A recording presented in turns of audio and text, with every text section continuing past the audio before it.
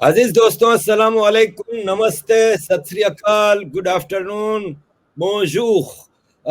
Today we have a very important discussion with Dhiren Mehta ji and Francois Gautier.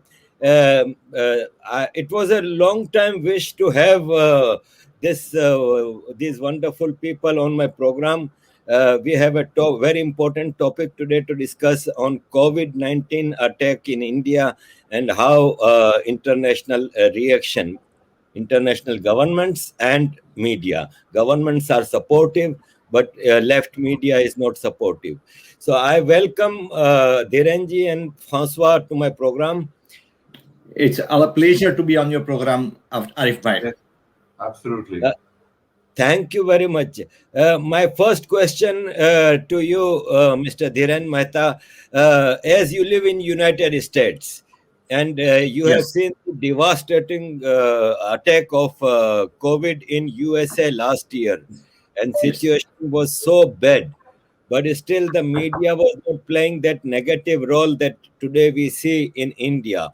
How do you see? How do you compare the situation of COVID attack in India this year and situation of COVID in USA last year? So I'll put it in multiple ways, this, right? I will talk about media reporting separately, but let's first look at the facts and look at the facts with data. So when last year COVID was, attack, there was a lot of attack in US, especially in the New York City. It was very bad, and then it started spreading. Though it started in Washington State, but then it spread too much in the New York. If you look at the data, last year the highest recorded COVID in US was in the range of about 390,000 cases. 360,000 cases on one day. But on an average, there were about 300,000 cases for almost a month. Now, when you look at this in perspective of the US population, per capita, right? US is 1/4 or less than 1/4 of the India's population. So if you just compare on a per capita basis, US had at least 1.2 million case if it was of India's size.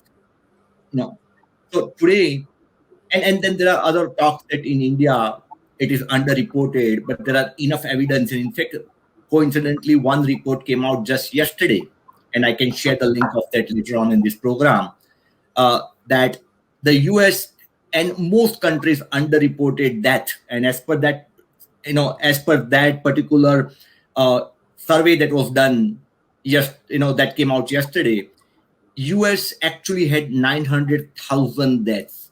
Reported is about 500,000, but 900,000 deaths. Same thing in other countries. Now, Francois G is from France. Even today, France is reporting 25,000 cases a day. Even today, right? Which it is not at a peak. If you look at France, population is 5% of India's population. So if you put it in perspective, France is reporting roughly 500,000 cases if it had India's kind of population size. So population per capita itself, many countries were doing far worse. Even if you look at Brazil has been extremely badly affected.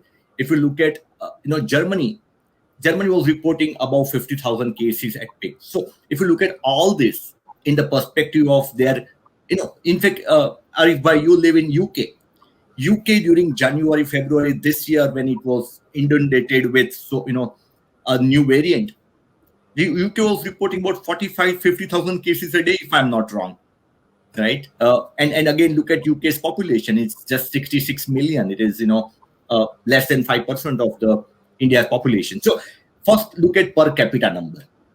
Second thing that most people do not talk about, I think, is there are other factors that affect the spread of infection, be it COVID or any other infection.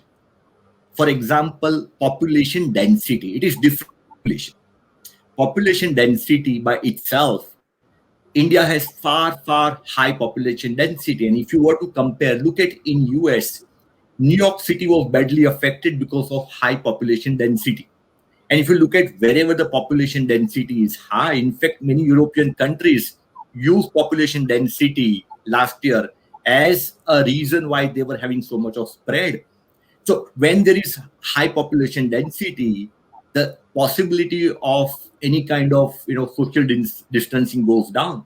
India has a very high population density. So apart from population, you have to look at population density. Third factor is civic facility. When people do not have water pipe coming in their house, people do not have toilet in their house, how they can stay in house? They have to go out. So when there are such poor civic facility, and that you cannot blame on current government, that's a perpetual issue that India has been facing, right? For small things they have to venture out, the shopping capability, everything is so bad, medical facility. And then it comes education. So there are many factors that affect not just the population, but people only talk about population, and that also is getting ignored. Why say India today has about 400,000 cases, highest in world, without putting in perspective of the population density, the civic facility, the education level. If you look at all that, I think the current situation is, while it is bad, relatively others suffered far more. And I'll talk about media maybe later on. Let Francois ji maybe share his perspective. Francois, as you are in India and you have been watching the things developing in India, my question is that when COVID started, we saw an international campaign against India in current situation. I'm speaking this year. First of all, the attack was made on Kumbh Mela. That because of Kumbh Mela, it is spreading. While we are watching that on Char Minar or Jama Masjid, Delhi, Chandni Chowk, or India in Mumbai, Crawford Market, and all Muslim areas are packed. And there they are not attacking those things, but Kumbh Mela was attacked. Then we saw that international media with Indian journalists like Christian Amanpour's program, Rana Ayub spoke in that program that Indian journalism is on ventilator. India has a communal Hindu extremist government of BJP or Modi. How do you see that? Isn't it an attack on Indian heritage and Indian religion? Used as an occasion, opportunity for the enemies of India, both within and without, to attack Mr. Modi, the BJP, and India. I would like to speak about the Western coverage of India a little later. I think it will be one of your questions, most probably. I would like to go back to Dhiren's argument, which were brilliant, because the first problem is that India is a vastly overpopulated country. I mean, there are so many people in India. So what journalists do, what the media does, is that they take numbers, and they throw them at the government. And these numbers are actually ridiculous. Today I was reading that in Tamil Nadu, there were 450 deaths yesterday. And Tamil Nadu is going into lockdown. And at the moment, I'm in Tamil Nadu for 2 weeks, complete lockdown, which is going to affect economically so many people, so many poor people, so much middle class, so many people are going to suffer. Now, 450 people who died, even if it is 4,500 people, there are 70 million people in Tamil Nadu, 70 million people, as much as France, or more than France, maybe. So even if 4,500 people died of COVID, so many people died of cancer, of heart attack, of road accidents. There are so many road accidents in India. The casualties of road accidents are enormous. So the numbers are very small. Anybody with the right intelligence, some kind of common sense, says, oh, but these are very small numbers. These do not warrant the kind of media frenzy that we see both within India and outside India. India is a very populated country. So, of course, in Delhi, I think there are 30 million people who live in Delhi. 30 million people. It's one of the biggest cities in the world. And again, the numbers are very, very small. Now, hospitals in India have a limited number of beds, though the population is so enormous.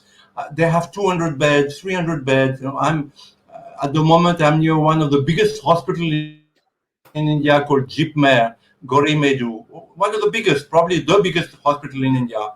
It's got 400 beds. So how do you cater with 200, 300, even 400 beds with a population of 1.4 billion? How do you can't?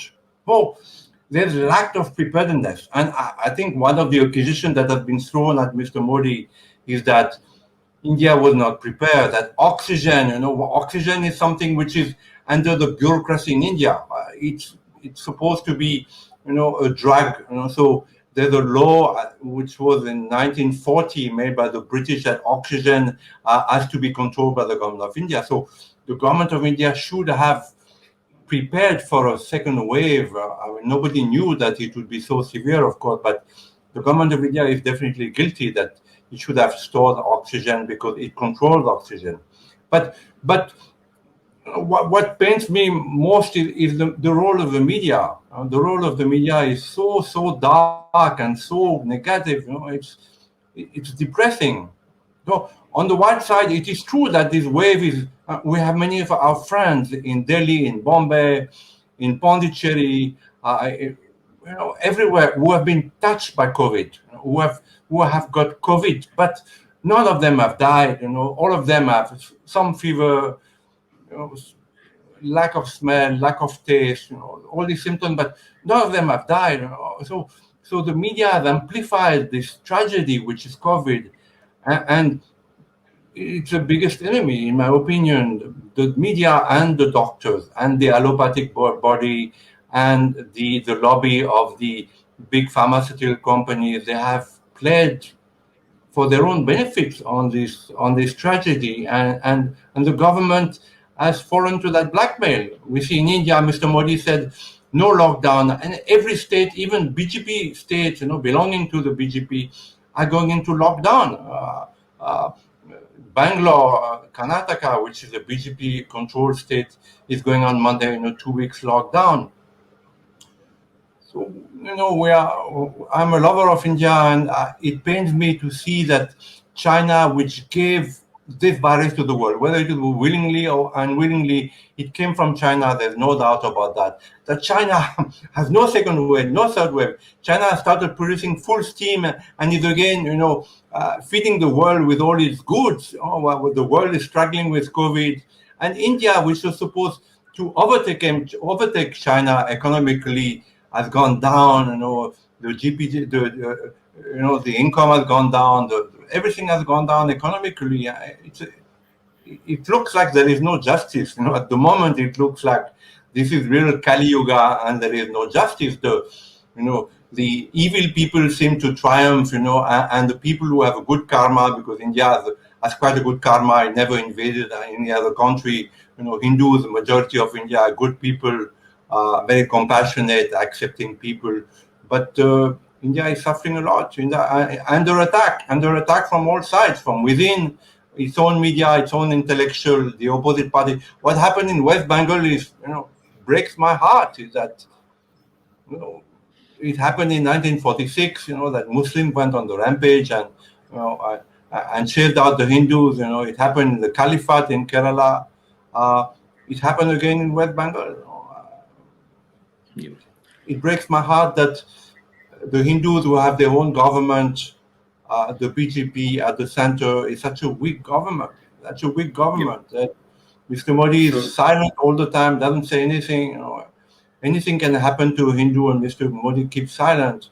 And what happened in West Bengal, that Hindus again, after Kashmir became refugees in their own country, they had to flee West Bengal because they are under attacks and unprotected by the center, and they had to flee to Assam or other places.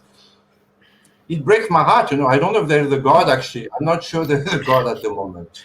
Yeah, I think Francois G is a bit too disappointed with what's going on. I will add to the discussion that you had with Francois G about Kumbh Mela and other things. So, two things, right? If you look at when the Kumbh Mela started, the numbers were not that high. So it was allowed. And if you look at, there were a lot of precautions taken there. I would say that government should have given more strong and more publicized, because sometimes when you give but it is not publicized, media will not catch it. So it should have been done more publicized advisory about precautions to be taken. Though it was taken, but it was kind of ignored by media. They will just look at the dark side.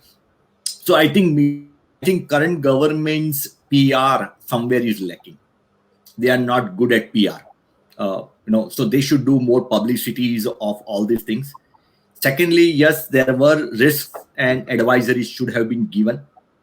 Though Mr. Modi did later on announce to end and make it a symbolic, so it was kind of prematurely terminated, or at least scaled down significantly. But I think reporting was definitely one. If you look at it, where the Kumbh Mela happened, it was in Uttarakhand.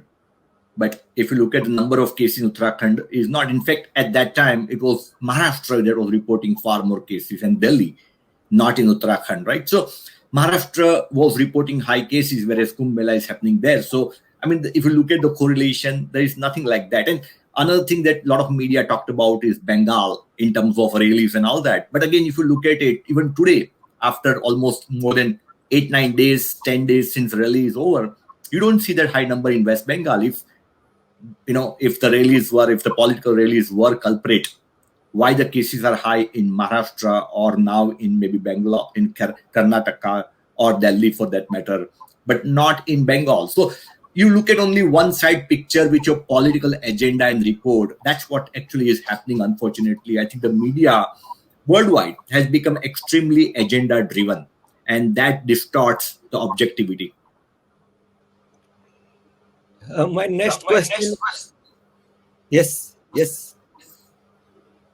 No, nothing. Go ahead. Yeah. My next question is that Brazil president of Brazil has just now said that it is a biological warfare and it is a deliberate attack, biological attack. Many quarters of media is also quoting that India is under a biological attack. Now, if we see that on Wagah border, Delhi is very much affected, but Lahore is not so much affected. Pakistan is not facing what India is facing. Bangladesh is not facing what India is facing. Sri Lanka, I mean, Nepal. it So, might be. how do you do it first, Francois, please? I thought in the beginning that this virus was made to quell to subdue the revolt in Hong Kong. It was one of my ideas that the Chinese made a virus which was not mortal, which didn't kill people necessarily, but which could bring an entire population, an entire revolt down. So, is it an intelligent virus that? I can't say. I'm not I'm not a scientist. I'm not a biologist.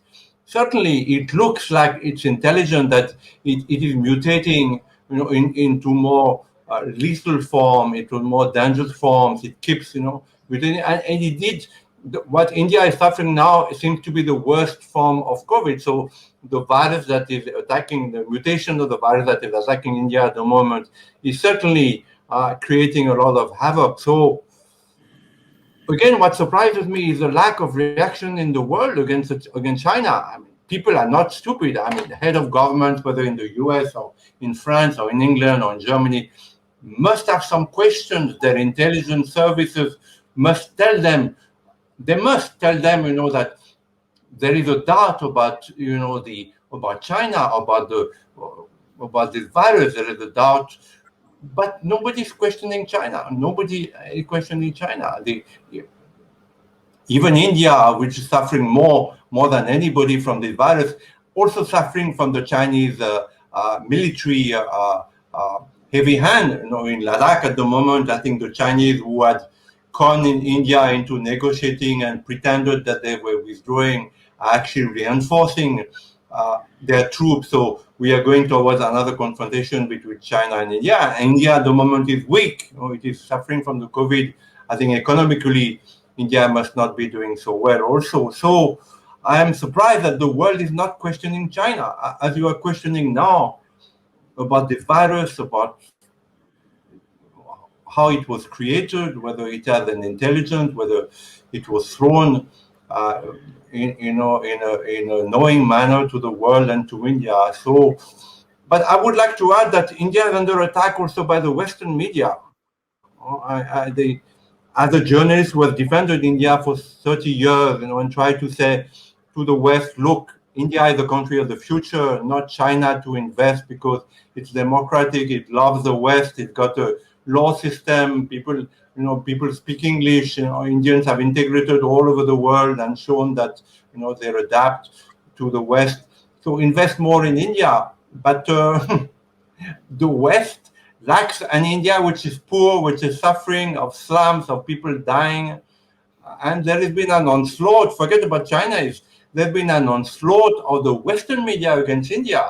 I look at BBC because BBC India is very prominent, and BBC is obviously attacking India and where it hurts, showing burning piles, and distorting the reality and showing that India is dying or most of Indians are dying. And again, the government is doing nothing. The Chinese would have kicked out 2-3 journalists of the BBC long ago, and the BBC would have, slowed down, and muted down their outrageous coverage of India. I mean, in France, my own country, my family calls me, my friends call me saying, are you alive?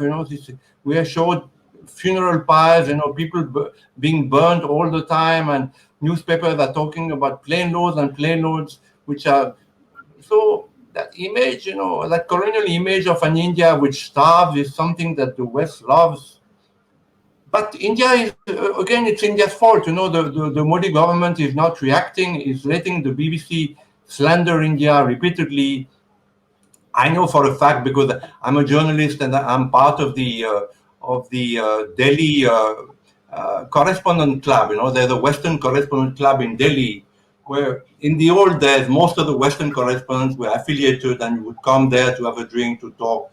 Now with internet, it's not as powerful, but still, I was on the board of this Western correspondent club, and I know that BBC India, 99% of the journalists are Indians or OCIs. Yeah. There's not one Britisher left. After Mark Tully, there's not one Britisher. So they can be taken to task, but I don't know. This government wants to show that they are very tolerant or very secular. Or I don't know what they want to show, but as a lover of India, it hurts me to see the coverage that is given at the moment. I'm sure it's the same in the US and the same in England. But in France, it's terrible. It's terrible. It's terrible. So I think more than the Chinese, it's an attack on India. Yeah. So I think when I look at the media, right, I think BJP government and Modi ji especially are generally let people say what they want to say. I'll focus on my work kind of a mindset. And if you look at going back to 2002 and onward, how media was constantly attacking, and obviously that time, Modi didn't have as much power because he was chief minister and not at the center. So maybe he has learned his lesson from there and has developed a style that let media do what they want to do. Let people who are spreading negativity do what they want to do. I will focus on my work. I will deliver the results. And those who look at objectively will look at it. I don't care about my image. I think that's what he has developed into a personality. He doesn't care about how negatively the image is. But now what's happening is it's not just Modi's image, it's country's image. And that's where it is very, very dangerous that a wrong image for a country is built.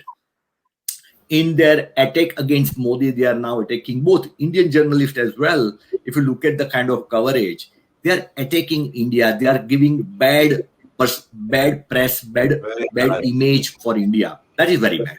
Very, very bad. Very, very bad. Very sad. Very sad. But again, Hindus. Hindus are still 80%, 75% of India, and in the US and UK they're very prominent, very rich. But I don't see a lobby like the Jews. I don't see a lobby that says powerful enough because they have the Hindus are doing so well everywhere, in Mauritius, in England, in everywhere they're doing so well. They have money power, they have brain power, but I don't see a lobby. I don't see a lobby that goes to government, to the prime minister in UK or to the president in the US and says, look, enough enough. Yeah. Look at us. We are some of the best brands. We are. Look at us. Enough of that. But no, forget about the BJP government, which shows terrible weakness. But Yeah, I think that's the people abroad, the unfortunately. Indians abroad, the Hindus abroad are Yeah, totally I helpless. agree. Very few voices like you. Very few voices. Very few voices. So Yeah, the sadness yeah. is, Indians more than anybody else. And you talked about coverage of all these funerals and all that. If you look at in city during the peak of COVID, there were funerals, or there were burial of Mm. piles of coffins. And if you look at, and there are all this available in YouTube, you can go and just search in internet, COVID burial in New York City. The the coffins were stacked above each other and completely, like, and lifted with forklift and put it into ground. People were stepping on each other in the coffin where their dead body inside. People were stamping on that, walking on that to put more coffin bodies. That was the Mm. situation. Now, when that coverage came, we were not mocking US. We were sympathizing with US. We were feeling bad and not kind of look at it with contempt like now. Even if you see burial pile are at least few meters away in India, because you can't stack bodies over each other and then burn them. But if you see the burial that happened here, the coffins were stacked over each other and put combined in a small area, because there's so many deaths at that time. In fact, if you look at, there's a report out just 2 days back, there are still some 700 dead bodies in refrigerator truck in New York, because the families have not claimed the body yet.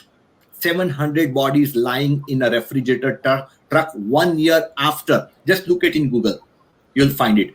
So Yeah. look at the comparison in a objectively, and you will know what the facts are. Yeah. Very sad. Very sad. I'm working with United Nations Human Rights Geneva since 1994, 26 years. Uh, I know that freedom of speech is a basic right, but there is a limit to freedom of speech. West, like social media, they have banned United States President Kangana Ranaut. Now, when it comes to them, they can ban anyone. They can limit freedom of expression, freedom of speech. But when it comes to India, they say that poisoning or spitting poison against a country of 1.35 billion people is freedom of speech. Now, this is Yeah. not freedom of speech.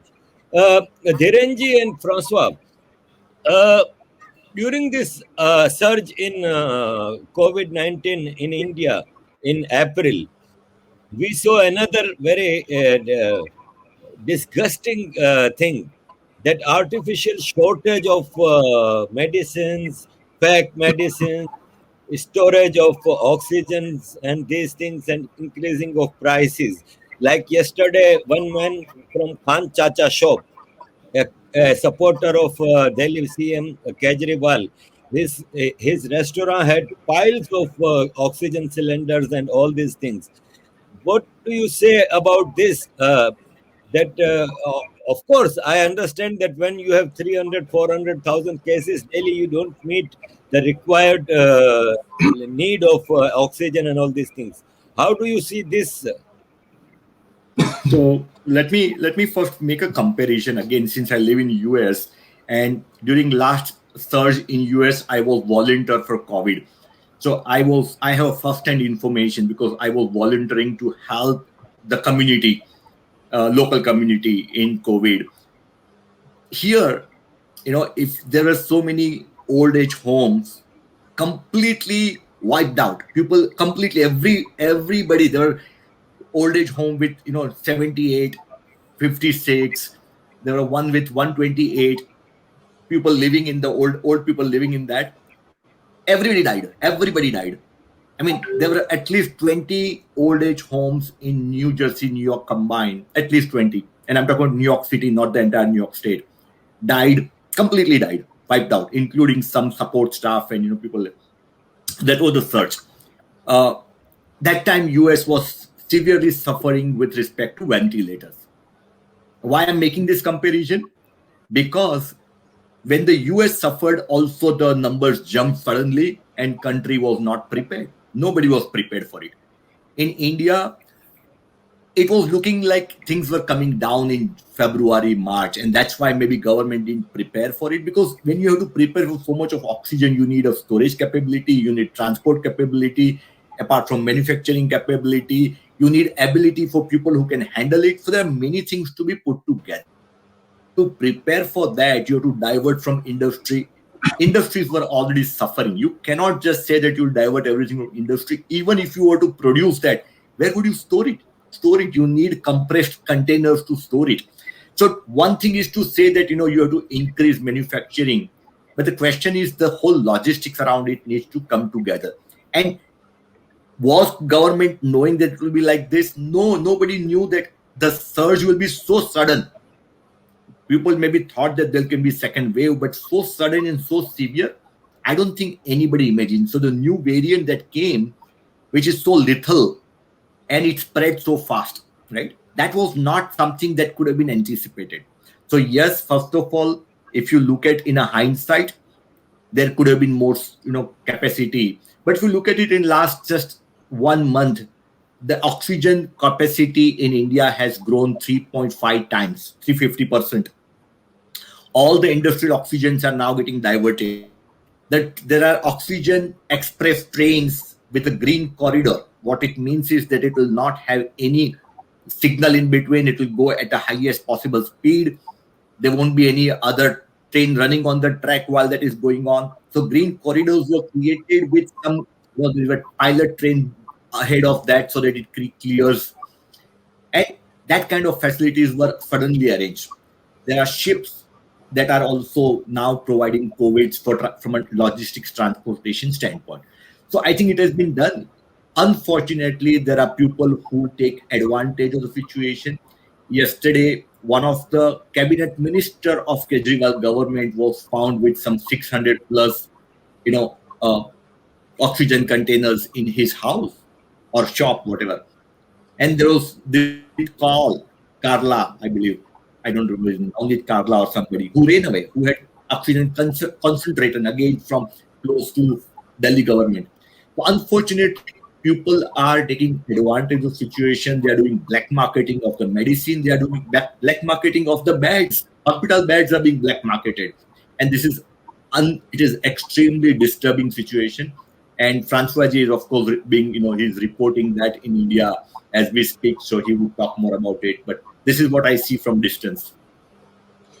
Okay, I concur with Dhiren. What he said was very true, and no doubt nobody was really prepared by the extent and the and the deadliness of this virus. No country knew about it. And even now we are very ignorant. We don't know how it's going to be mutating, how it's going to spread, whether they're going to be fourth spread, fifth spread, how many years we're going to live under that threat. So nobody was really prepared, whether India or US or France. So that's one thing. And true, India has made a tremendous effort. The oxygen supply has tripled, as Dhiren says. But what I would like to add is that India is still in the hold of a bureaucratic iron hand. The problem with India is that Mr. Nehru, the first Prime Minister of India, created a bureaucracy so vast, so powerful that the BJP today is in shackles. They cannot function without that bureaucracy, even Mr. Modi. And the bureaucracy rules everything. So, the distribution of, there were stories, which were fairly true that nations like US and France and plane loads of oxygen and medicine, but they were held up by customs because customs in India are so powerful that even Mr. Modi cannot bypass them. They were, for 6, 7 days, 8 days, 9 days, vital supplies of oxygen were held in custom in Chennai, Delhi, so many places, because the bureaucracy cannot change. It's like a inhuman machine. It has no heart, but it's extremely powerful. So we see that in India, because of the bureaucracy, there has been mishandling of the COVID-19 crisis, for sure, for sure. There was lack of preparedness. There's a lack of cohesion between the states. The center, I don't know whether Mr. Modi wants to leave the freedom. He wants India to be more federal, but at the same time, his PMO is controlling everything. The PMO in India, the Prime Minister's office in Delhi, is controlling everything. Every single decision goes through the PMO now in India. At the same time, Mr. Modi appears to say, okay, you have all the states have the freedom to decide whether they want a lockdown or not. So there is no single unifying voice in India that says, this is the policy, this is what we need to follow.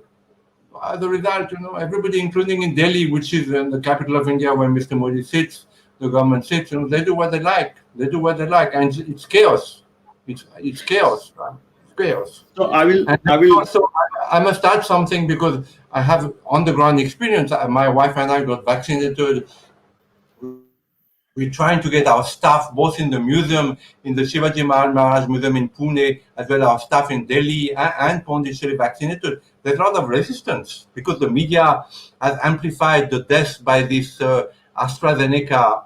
Both the Western media and Indian media saying, oh, I don't know, there might be 8 or 9 people who died in Ireland or 5 who died in France, out of millions. But the media, so our people say that, the lady who works in our house doesn't want to be vaccinated because she says, I will die from the vaccination. So again, there is no one voice in India which says, vaccination is safe. You have to do it. India needs a Putin at the moment. He needs a guy like Putin, who's got an iron hand who says, you have to do it. But no. So Francis, I'll say that even with, you say that Modi is not putting iron hand, but if you see what opposition says, what media says in India as well as abroad, they say that Modi is so, it's fascist and, it is kind of controlling dictator. So, yeah, that is unfortunate that, the BBC compared Mao Zedong with Mr. Modi. I saw that. Today and yesterday. Compared Mr. Mao Zedong with Mr. Modi, that too much power brings, too much suffering. That was I sent a letter to Mr. Modi. I think he gets my emails.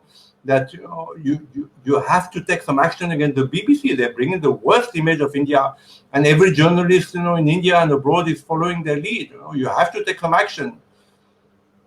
I don't know whether Modi will take any action against India. I don't think he'll take. But to add to what Francois ji said, right? Another thing you have to understand is that, see, oxygen, if it is stored, and if it is not properly stored, it can be very lethal. While it doesn't itself burn, it can, obviously, if there is a fire, it can really amplify the fire because oxygen, So there are also other aspects. Having more oxygen and not proper storage can cause more damages. We have seen there was a fire in one of the hospitals in Maharashtra and also one in Gujarat. More likely, maybe it was because too much of oxygen and not properly, some leakage somewhere in fire. It would have led to the complete fire because oxygen obviously, amplifies fire. So I think those are the other factors to be considered. It is good to take one side of view and say that this is negative, but had there been too much of oxygen already provision, and if it had led to fires, you would have seen other side of story coming in media.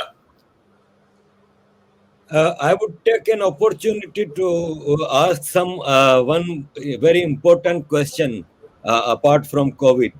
That I was living in France before a few years, and there was a new law in France that in schools and colleges, students cannot wear religious signs, be it a cross or a religious sign, a scarf, and these things. The purpose was to bring up a future generation of France with one French nation. And religion was a personal thing. It should remain personal. Now, after Samuel Paty incident in France and jihadist attacks in France, President Macron has introduced some new laws. I always, in my programs, request the Indian government also to follow the footsteps of France, because India needs true secularism. I, living in UK, being a French citizen, I know what is secularism is. Every religion is free to practice. Every religion has total freedom. Yet no religion is given preference. While in India, Hindus are in majority. India is a secular country, but still 5 times a day, 15% Muslims, they shout in on the loudspeakers of mosque that ashhadu an la ilaha, that I witness that there is no god except Allah. 85% non-Muslims are obliged to listen to this 5 times a day. After every prayer in mosque in India, which is run by taxpayers which are majority Hindus, in the prayers mullah says that ya Allah, give us success against kafirs. Kafirs are those 85% Indians. Now, this is going on in India. Don't you think that Indian Sarkar also needs to bring radical changes in secularism of India on the way of France, François? Yeah, but France has gone. It is true that in France there was once upon a time, an aspiration that dates from the revolution that all religions are equal and it's a private personal life and it should not interfere in the state. But once again, America has shown that it leads the way. The Floyd, murder case and Black Lives Matter have influenced France a lot. And at the moment, there is in France a very strong movement, uh, anti-white, anti-Christian, anti-colonial, uh, and things have gone totally disbalanced. I don't know if you follow a little bit the what's happening in France at the moment, but things have gone topsy-turvy, completely topsy-turvy. India is the one country in the world where there is so much tolerance for the others, where all religions are accepted. I would say more even than in the UK. That even today Hindus are capable of going to a mosque. I'm married to an Indian, to Hindu, and she can go to a church with my father. She can go to a mosque and not feel that she's committing a sin. So India is the one country in the world where the future of humanity is playing today. It's playing today because uh, France has lost it, America has lost it, many countries have lost it. They've gone from one extreme to the other, from colonialism, where it is true that colonialism was a bad karma, that France colonized so many countries, North African countries, in a very cynical and sometimes a brutal manner, and today they're paying for Brutal the manner. karma. So it's also a karma, this thing. I mean, it's true that America enslaved, black people, in a terrible manner, and they're paying for that karma today. And the black people, the great grandchildren of these black people, want to take revenge. And in a way, it is right. In a way, it is right. I can't say anything against that.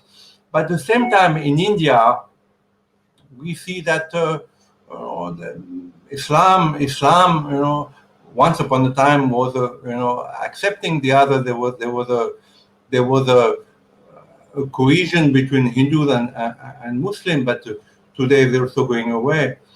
So I don't know what to say. I don't know what to say because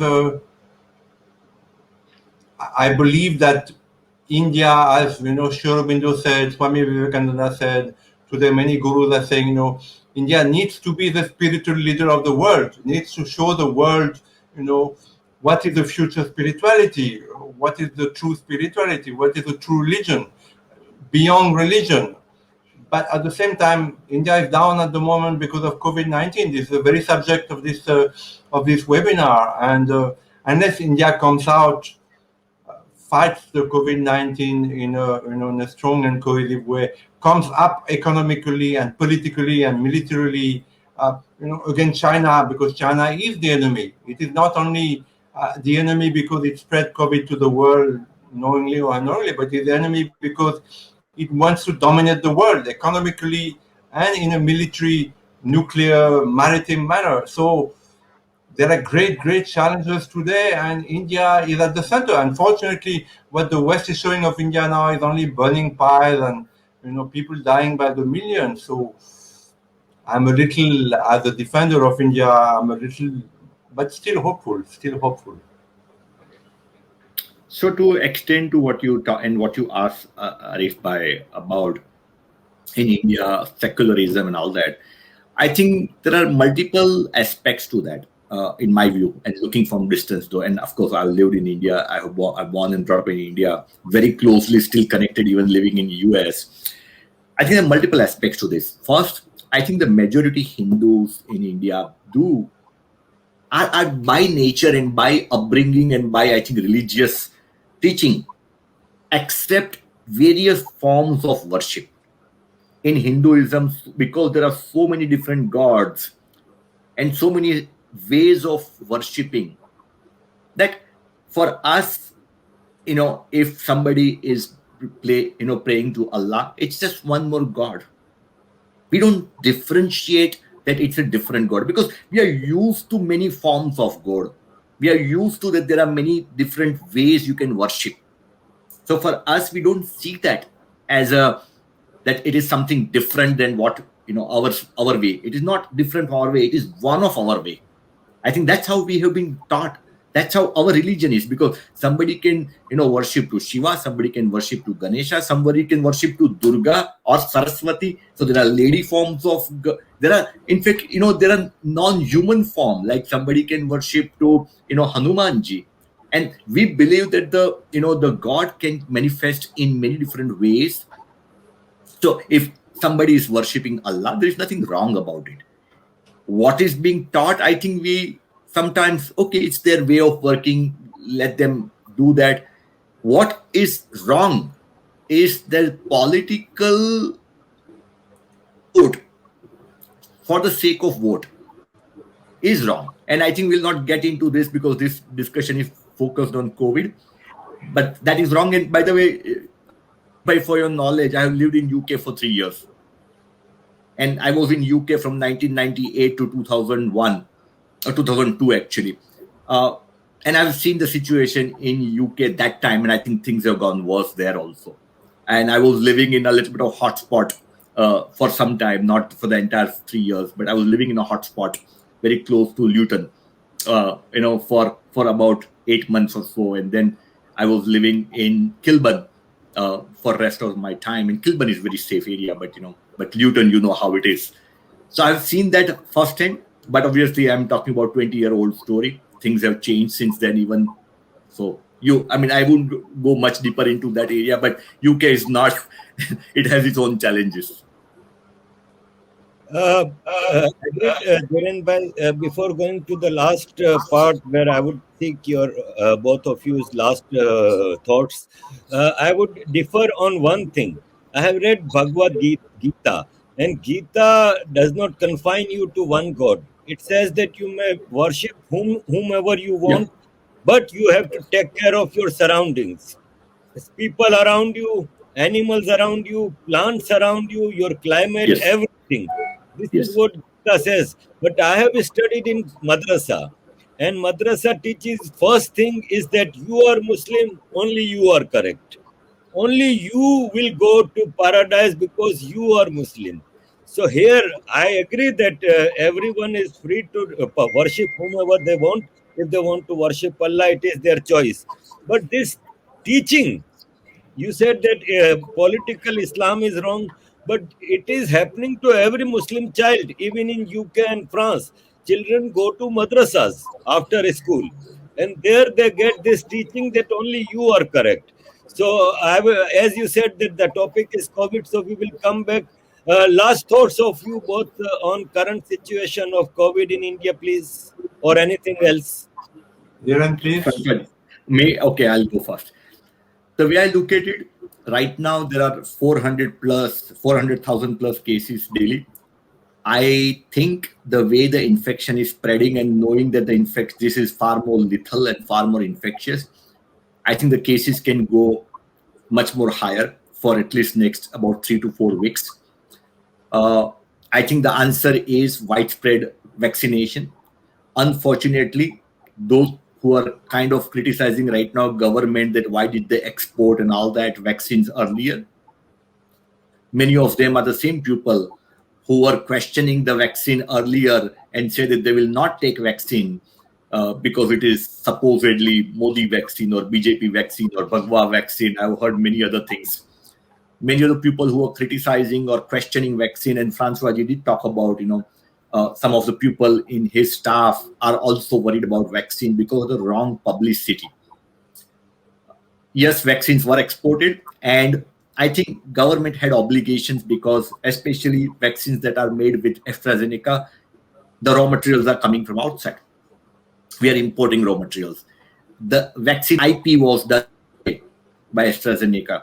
So it is, you can't claim just because it is manufactured, it's a global world that we are living into, where supplies are coming from various countries, where the knowledge for making vaccine, the IP, intellectual property for making the vaccine is coming from abroad. You are making, so you are one of the in the ecosystem, and you are not the only owner of it. And we believe in Vasudhaiva Kutumbakam.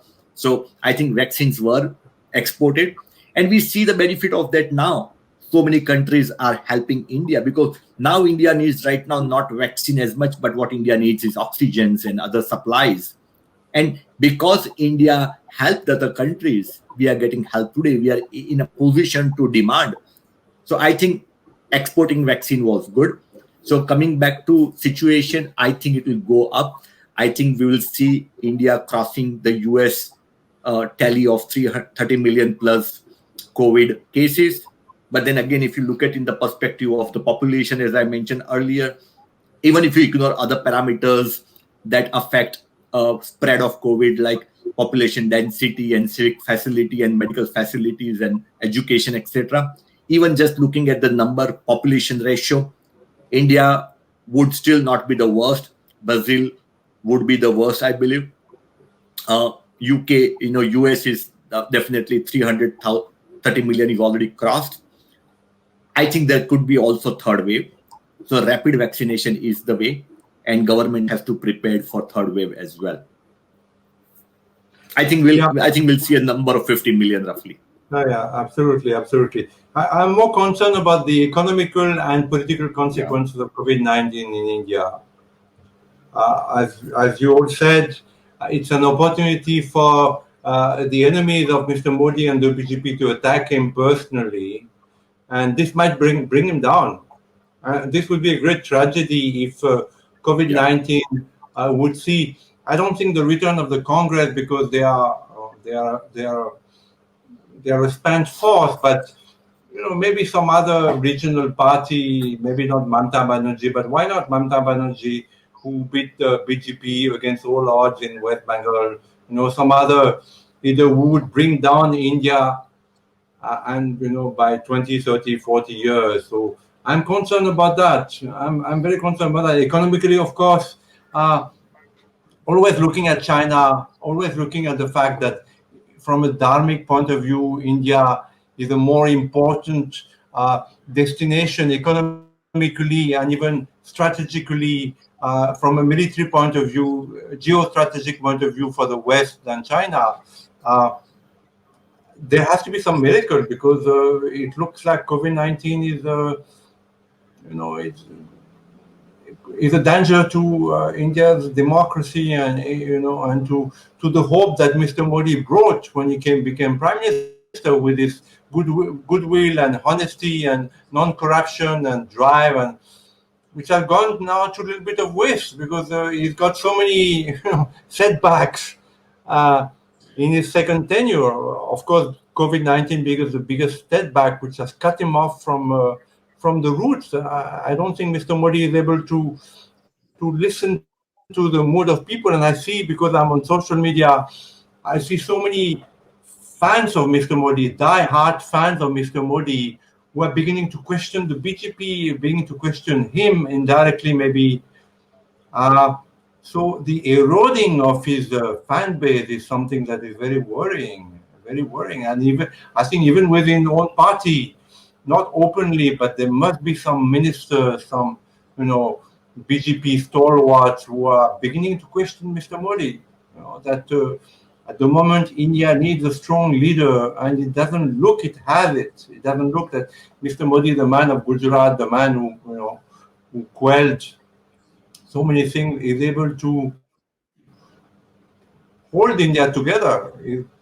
Bring a cohesive message to India. It doesn't look like it. We hope for a miracle, but COVID-19 is something that more than, because there are so many people in India. Even if there are, I don't know, 200,000, 300,000, 400,000 casualties from COVID-19 in the next 3-4 weeks, 1 month, 2 months, India will still be, the most populated people on the earth after China. More than that, it is politically and economically that COVID-19 is a big threat. Thank you very much, Francois Dhirenji. Thank you very much for joining the debate, and it was such a wonderful opportunity for me and my viewers to have you both on the program. And Thank you. I wish you all the best in your works, Francois, that you are doing in India, and Dhirenji in America. Thank you. Namaste. Thank you. Namaste. Namaste.